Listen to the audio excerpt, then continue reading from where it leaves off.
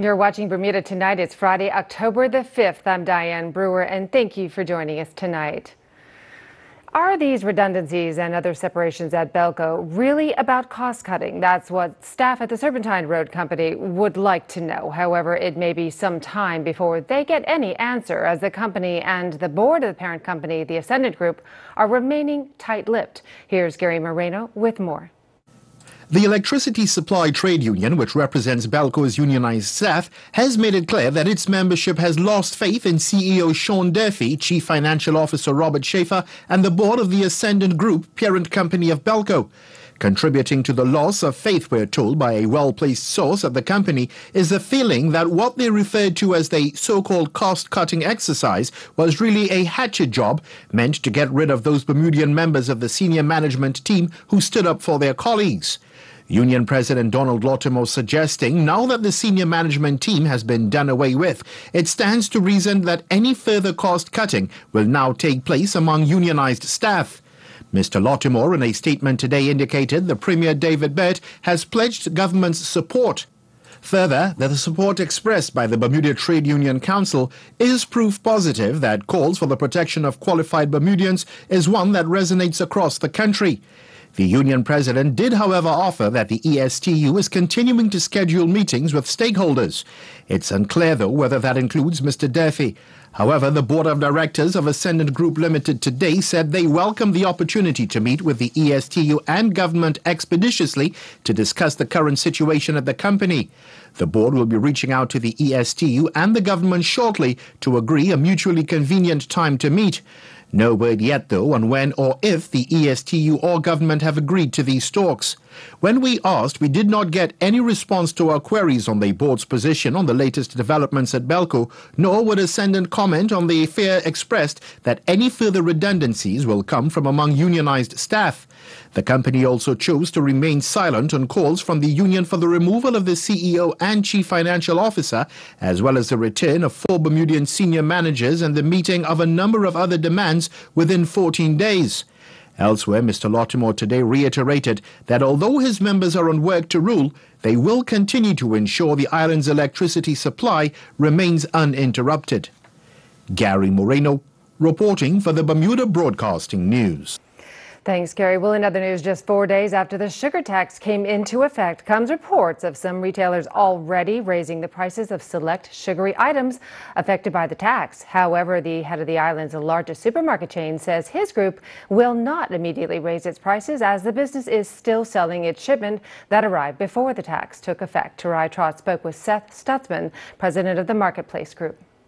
The duties went into effect October 1st. Unfortunately, we got a ship-in on Sunday, the 30th, so we don't anticipate any of those items going up until we reorder again and those come in and, the duties go through. But we try to keep our prices down for as long as we possibly can in order to, provide a great value to our customers. I was talking with one of your officials who said Marketplace was preemptive in that on select sugary items you purchase a larger quantity in advance to keep the price low? We attempted to, but the target had moved a couple of times, so we haven't really, built up any surplus on as many items as we probably could have. We did the best we could, but in order to keep the prices at the same longer, but that didn't work out as well as we would have liked it to have on some of the items. So, but we are going to have some things that are going to stay the same as long as we can do it and provide for the customers that shop with us. Some retailers have warned they will be forced to make employees redundant if sales dramatically plunge. In the case of the Marketplace, the company does not see such an action on the horizon. To the best of my knowledge, we haven't had any layoffs at the Marketplace in the 50 years we've been working here, or been serving the customers in Bermuda. So, we adapt, and I think customers will adapt, and we do the best that we can and continue to try to provide value in other areas.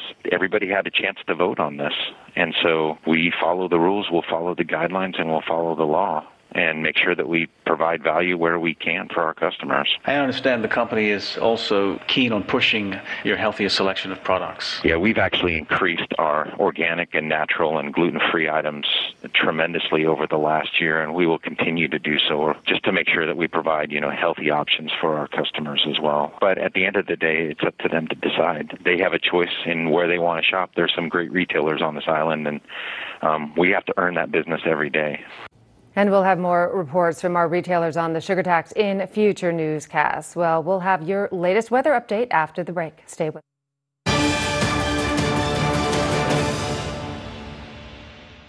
16,000 Bermudians find the easiest, cheapest way to bring packages to Bermuda is with U.S. Express at mailboxes. There are things that you can't ship to Bermuda sometimes, especially IT equipment and things like that. It's just easy to put in a U.S. address and it just gets there every time. They notify me immediately when the packages show up. If they need an invoice, I send it to them, but when I show up here, it's ready to go. When you shop online, always use your mailbox's U.S. Express address in New Jersey to save money. You can count on us.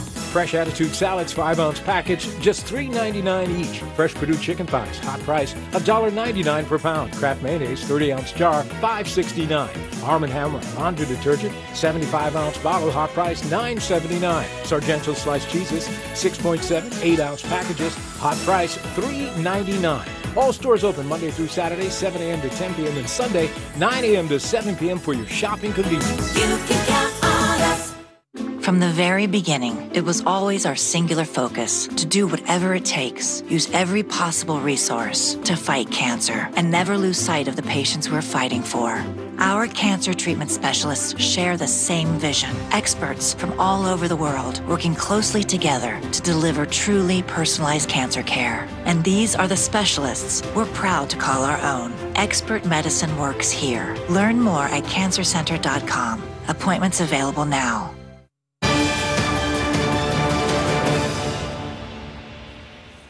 Welcome back. A move started in 2006 to review the functioning of the island's quangos and resulting in a report titled Untangling Bermuda's Quangos is nearing completion, with significant announcements regarding the future of these organizations. Lieutenant Colonel David Birch, Minister of Public Works, says decisions regarding these entities were influenced by the aforementioned report, as well as the Sage Commission report, both which were left to lay idle. There were also discussions with the heads of the BLDC, WEDCO, BHC, and the golf courses before any decisions were made on the way forward, as Minister Birch explains. In July of this year, a decision was made to take some action as a result of those discussions. In consultation with the other shareholder of BLDC, the Minister of Finance, we agreed that Phase 1 would be some reduction in expenses and merging of functions between the BLDC and the BHC. As a result, the following decisions have been made. On the 28th of September this year, a freeze on all new hires was issued to all three quangos. On October 31st this year, under a mutual agreement, the CEO of Mr. Francis Mussenden will separate from the BLDC. We are having further discussions with the CFO, Mr. Anthony Richardson, about his future with the BLDC as he focuses on the completion of financial audits for 6 years that remain outstanding. Effective November 1st, the BHC General Manager, Major Barrett Dale, will assume management responsibility for the BLDC in addition to his responsibilities at BHC. Effective November 1st as well, the BHC Finance Manager, Mr. Mark Mello, will assume financial responsibility for the BLDC in addition to his responsibilities at BHC. The process of handover of both of those responsibilities will commence on Monday next. Responsibility for Daniel's Head will shift to WEDCO, who have been tasked with its management and, as a first step, the removal of the accommodation frame and canvas structures. The BLDC board will remain intact and continue their work under the new management team. But what do these developments mean for employees of these three entities? I have this week met with the staff at BLDC, BHC, and Redco to brief them on these changes directly and answer any questions they may have. I assured frontline staff that their jobs are secure, and in fact, in some instances, there may be expansion in some areas. With regard to next steps in this exercise, the focus of Phase 2 will shift the spotlight to Redco. And in a similar collaborative approach, the team will review their operations with an eye on recommending greater efficiencies there as well. As the Ministry of Public Works contains the largest number of industrial workers within government, I also arranged to brief the President of the BIU, Mr. Chris Furbett, on the forthcoming changes at the quangos. With regard to the fourth quango under the Ministry, golf courses, the internal board discussions are ongoing, but I expect to be in a position to report in the not-too-distant future on movements in that area as well. These changes, Minister Birch stated, will create the opportunity for immediate cost savings. Turning to weather news, a calmer day today as Tropical Storm Leslie moves farther to our northwest, as we can see on our tower cam. Some clouds out there, but still a very lovely evening. Let's go to AccuWeather headquarters for our weekend weather update. AccuWeather is presented by BF&M Insurance Group. We now go to AccuWeather headquarters. This AccuWeather forecast here on ZBM is brought to us by our friends at the BF&M Insurance Group, and we are still watching and being influenced by Tropical Storm now. Leslie, it had been a hurricane a little more than 24 hours ago, but this storm has been migrating north now, and it is encountering some cooler water, which is leading to some deterioration of its strength. It's beginning to weaken some, and it's still nearby, and it's still producing some showers at least off to the east. We are expecting to stay dry here. You can see it has kind of unfurled, and this band of cloud cover is being pushed farther south, partly influenced by the circulation around Leslie. But we do expect to see a brighter setup with some cirrus clouds. Otherwise, some sunshine mixed with the cirrus, filtered by the cirrus as we move through the weekend. Visible satellite showing that we have seen some clouds mixed with at least a little bit of sun at times. Rainfall has been mainly to the east. There were a few little showers that pushed on through the region, but most of us have been on the dry side in more recent hours. We expect to hold on to fairly dry weather for the overnight. So 79 to 80 degrees currently. Humidity is around 70-75%. Winds from the northwest at around 10 knots, and the water temp is about 79.5 degrees, which rounds up to 80. On the inside, we're seeing some gradual improvements as the distance between us and Leslie begins to increase. 2 to 3 foot waves are out there. On the outside, we still have around a 10-foot wave height on the north side, and on the shadow of Bermuda, closer to 5-foot waves down to the south. So that is the range. And tonight, just a partly cloudy night. Any of the showers basically wrapping up, pushing away to the south. We're in better shape, 74 degrees, generally dry.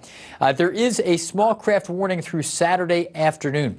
It's been a long week with bad boating weather because of Leslie just churning to our east, but we'll see some gradual improvements, and at some point, mainly late this weekend and early next week, we expect to eventually find some time without small craft warnings out there. High tide 6:20, low tide at 12:40 a.m. And then as we step into the next high tide tomorrow morning around 6:48 a.m., then we have a midday low tide just before 1 p.m. So tomorrow, pretty good day, partly sunny, still a little breezy, just less windy than it was a few days ago, 81 for your high. And here you can see as Leslie continues to slowly drift to the northeast, we'll begin to see those winds ease a bit, so it won't be quite as strong of a wind buffeting us as Leslie begins to wander, and it has been kind of an aimless wanderer off to the east of its current location. So again, Tropical Storm Leslie, the only official storm on the map. We're keeping an eye on an area of disturbed weather that will drift into the Gulf of Mexico. It could become something in the Gulf next week. No direct impact to us, most likely. A little wet into Jamaica, scattered showers and storms elsewhere into eastern parts of North America. Kind of a cooler spell for Toronto, New York, and Boston. Atlanta is still hot, real hot there in Georgia. And then into London, we have showers and a cool 54-degree temperature.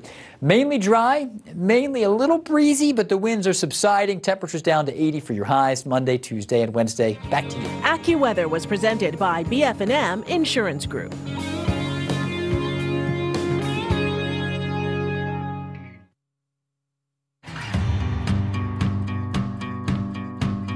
My name is Kevin Roberts. I'm a taxi driver / ambassador. My father's with BF&M, so am I. half of my family always been seemed to be with Bermuda Fine Marine. I tried a different provider at one time, but I wasn't too happy with the competition because then it took too long to settle claims. They questioned every claim, and I never really had that problem with BF&M. I'm quite happy with it.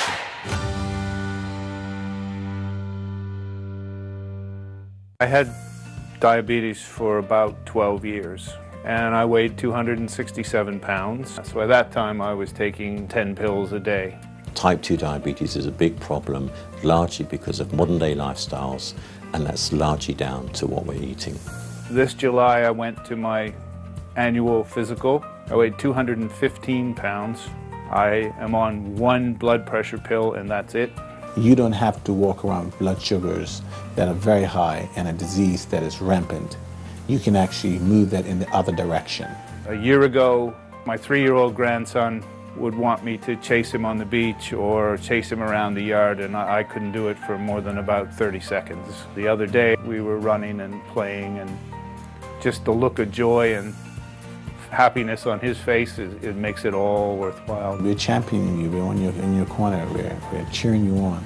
If you fall down, we pick you up and we dust you off and we get back on the path. We can do this.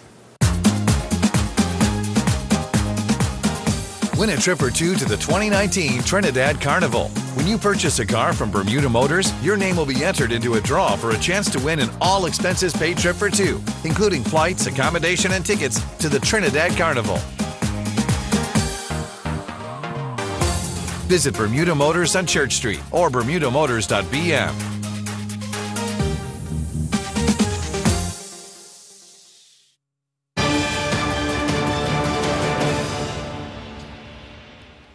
Welcome back. Well, Bermuda today joined with the international community in observing World Teachers Day, the theme of which this year is Teaching in Freedom, Empowering Teachers. As part of this year's event, locally, the St. George's Corporation honored longtime educator Mrs. Rose Douglas. Mrs. Douglas spoke with our Mike Sharp. Well, I was pleasantly surprised, and I asked them why. And they explained community involvement and teaching, which was just something I loved, I enjoyed, and I still try to keep track of some of those children I taught. I do. And for some of them, I still keep them in my prayers. Yes. Now, you was at East End Primary and St. George's Secondary. St. George's Secondary was one of the places that was a challenge, and I really enjoyed the challenge. And, you know, I think St. George's Sec got a bad deal. It had some really, really good people there, and they went on and they achieved, and some, yes, and some of them are still giving back to society in a very positive way. So I'm very proud of those students who went there. And East End, well, East End is my home ground. Mr. Gashard was a fantastic principal. He taught us extra lessons, as they called in those days, for free.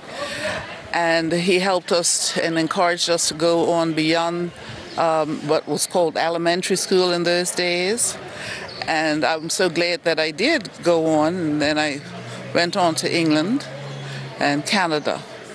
And thank God the University of Maryland had courses here, and Queen's University had courses here as well. I also enjoyed teaching preschool. It was really wonderful. Sometimes I pull out a few of the photographs and look at how young I was. The memories, the memories. Yes. The Minister of Education, Diallo Rabane, praised Mrs. Douglas and teachers in general. So I'm excited to be down here. This is my second time being invited to the UNESCO World Teachers Day celebration that's put on by the Corporation of St. George's. I think it's important for us to honor our teachers worldwide. And what I've also found out today is the 70th anniversary of the Universal Declaration of Rights, which includes the fact that everyone should have access to education. And so I'm pleased to be on part of the Ministry of Education and Workforce Development to honor teachers such as Ms. Douglas, and not just her, but teachers worldwide and island-wide. All right. And she's quite an interesting lady. And once you get to have a chat with her, you're going to find that she's deeply rooted down here at the East End. Yes. I see that she taught at East End Primary and at St. George's Secondary School. And so, obviously, anyone who's taught at St. George's Secondary School has been around for some time. I just got an opportunity to meet her just now, and I look forward to talking to her and asking her about her experiences as a teacher. Yeah. One final question. We did put a question to her about the system, and I think there's a move, or you're looking at possibly moving away from middle schools, I think, or it's being looked at? Yes, the government has promised that we will transition away from middle schools and introduce what we call signature school concept, and we're in the process of that process now, and we're looking for feedback from the public, and we'll be launching a lot more things as the coming months. We'll have more for you after this short break. Stay with us.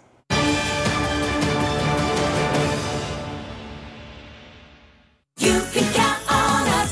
Save $2.50 on beefsteak tomatoes, only $2.49 per pound. Fresh assorted pork chops, $3.49 per pound. Bermuda's Best canola or vegetable oil, 48-ounce bottle, hot price $4.29. Scott chooses size paper towels, one roll, $2.79.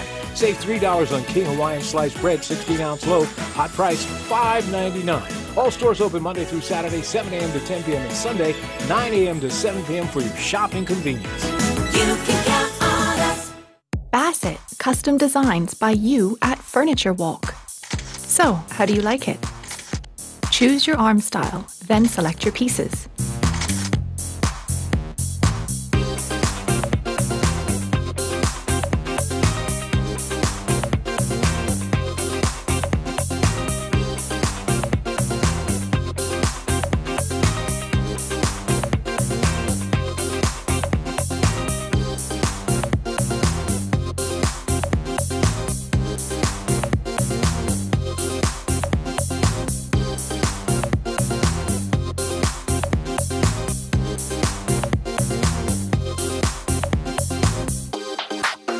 Special order exactly what you want. Your style, your way. Sofa, love seat, chair, sectional, you name it. Bassett, your style, your way at Furniture Walk. Welcome back. Well, Bermuda has a long history of innovation and ingenuity, and over the next 13 weeks, Toni Waterman will explore the island's entrepreneurial spirit. Get an inside look at some of the great ventures helping to promote tourism to the island. Tonight, she takes a walk on Bermuda's wild side.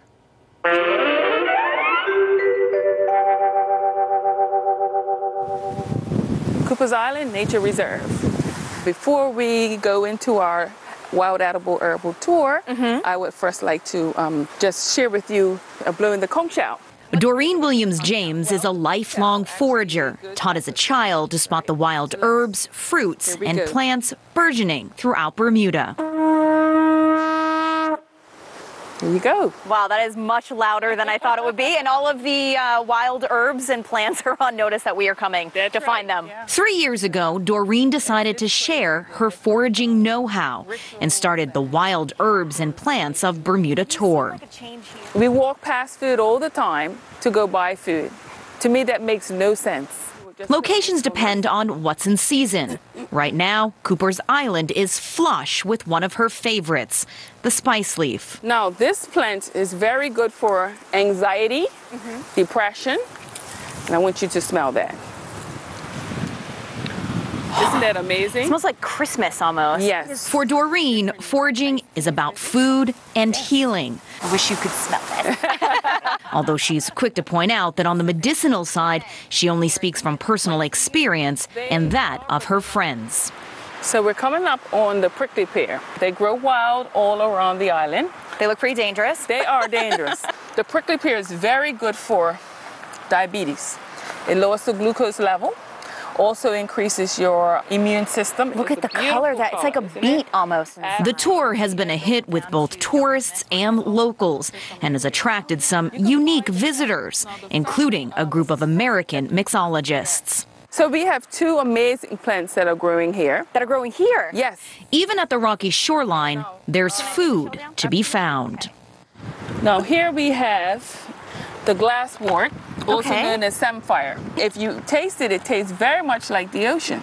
So I can taste it? Yep, go ahead and taste it. Now, they also serve this in high-end restaurants all around the world. I like to saute it with onions, garlic, and lemon juice, and a little bit of olive oil. It's really good. It is. It tastes almost like a seaweed. Yes, yes. But much crunchier. Wow, Give a girl some glasswort, and she eats for a day. Teach a girl to forage, and she can be one with nature for a lifetime. It's really good. Thanks, Toni. Well, in other news, the historic Carter House in St. David's is home to a new art exhibition celebrating the culture, history, and people of the East End. In celebration of its 20th anniversary, the board are showcasing original pieces of artwork, all under one of the oldest roofs in Bermuda. Jasmine Patterson and videographer James Barboza ventured down to see the sights. It's one of the oldest Bermuda stone homes built in the 1600s.